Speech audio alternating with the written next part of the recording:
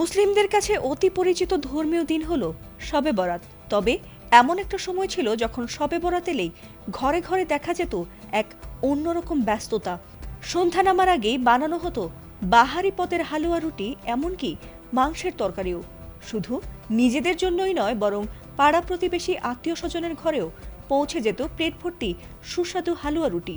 কারণ সন্ধ্যা নামলেই যে বাড়ির বড়রা যার যার মতো করে বাসায় কিংবা মসজিদে জিকির ও নফল নামাজে মশগুল থাকতেন ফজর পর্যন্ত। তবে মজার বিষয় হলো, একটা সময় এই হালুয়া রুটির প্রচলনকে ধর্মীয় বিধান বলেও মনে করা হতো, যদিও ইসলামে এ নিয়ে বিশেষ কোনো হাদিস নেই, এমনকি কোনো বিধানও নেই। তাই অনেকেরই প্রশ্ন যে শবে বরাতে কিভাবে হালুয়া রুটির এমন প্রচলন এলো। শবে বরাতের মূল মহিমা আল্লাহ তাআলার প্রতি ইবাদতে হলেও এ রাতকে ঘিরে উপমহাদেশের মুসলিম সমাজে গড়ে উঠেছে এক ধরনের সামাজিক সংস্কৃতি।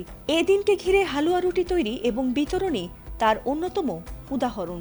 ইতিহাসবিদরা বলছেন, এটি কোনো ধর্মীয় বাধ্যবাধকতা নয়, বরং সামাজিক সৌহার্দ্য আর আনন্দ ভাগাভাগির এক অনন্য ঐতিহ্য। এছাড়াও ইতিহাসবিদদের মতে বাংলা অঞ্চলে এই রীতির বিস্তারের পেছনে রয়েছে এক ঐতিহাসিক প্রেক্ষাপট। 19 শতকের শেষ দিকে ঢাকা নবাব পরিবার শবে বরাতকে কেন্দ্র করে বড় আকারের আয়োজন করতেন। আলোকসজ্জা, দান খয়রাত এবং মিষ্টি বিতরণ ছিল এসব আয়োজনেরই অবিচ্ছেদ্য অংশ। তখন ঘরে ঘরে সহজ মিষ্টি হিসেবে হালুয়াই হয়ে ওঠে সবচেয়ে জনপ্রিয় খাবার। সেখান থেকেই সাধারণ মানুষের মধ্যেও ছড়িয়ে পড়ে এই প্রথা।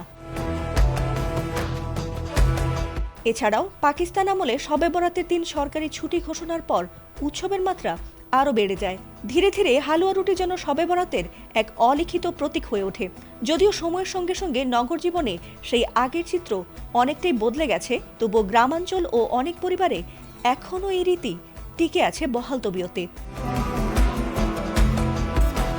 ফাতিমা সুলতানা, এটিএন বাংলা।